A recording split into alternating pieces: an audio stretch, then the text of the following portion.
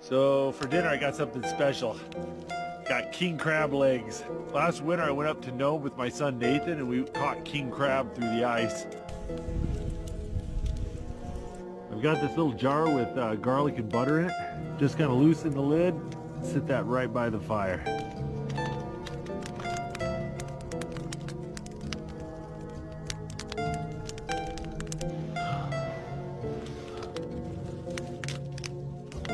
Look at the size of that crab leg.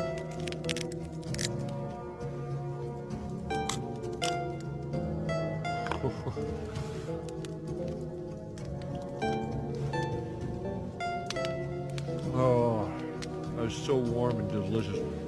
When you cook the crabs over the fire too, it makes their shells brittle. Makes it a lot easier to shell them. Just use your hands.